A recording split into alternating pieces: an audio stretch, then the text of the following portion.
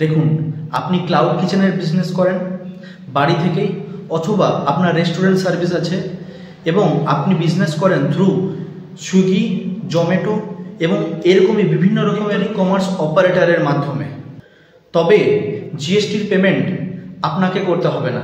জিএসটির payment করবে electronic commerce operator, that means Zomato, Swiggy এরকম বিভিন্ন রকমের সফটওয়্যার যার মাধ্যমে আপনি সার্ভিস দিয়ে থাকেন। কিন্তু জিএসটি ফাইল আপনাকেই করতে হবে। জিএসটি ফাইল কিভাবে করব দেখে নিই কিছু সেকেন্ডের মধ্যেই। প্রথমত আপনি জিএসটি রেজিস্ট্রেশন করবেন এবং জিএসটি রেজিস্ট্রেশন করার পর জিএসটি লগ ইন করে নেবেন।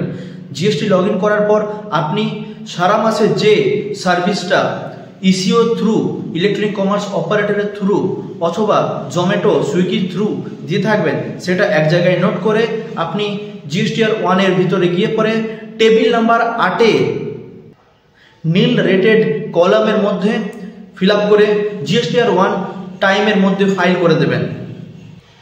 এরকমভাবে আপনি জিএসটিআর 1 ফাইল করে দেবেন এবং এরপর চলে আসছি জিএসটিআর 3B কীভাবে ফাইল করবেন। জিএসটিআর 3B ফাইল করবেন আপনি জিএসটিআর 3Bতে যাবেন।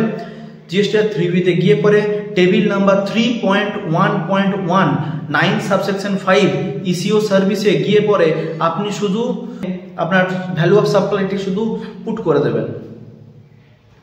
তাহলে আপনি যদি ক্লাউড কিচেন অথবা রেস্টুরেন্ট সার্ভিস করেন থ্রু ইসিও এর মাধ্যমে, তাহলে আপনাকে শুধু এটুকুই কমপ্লায়েন্স করতে হয়, আপনাকে কোনো জিএসটির পেমেন্ট করতে হয় না। জিএসটির পেমেন্ট করে electronic commerce operator, that means Zomato অথবা সুইগি, যার মাধ্যমে আপনি সার্ভিস দিচ্ছেন।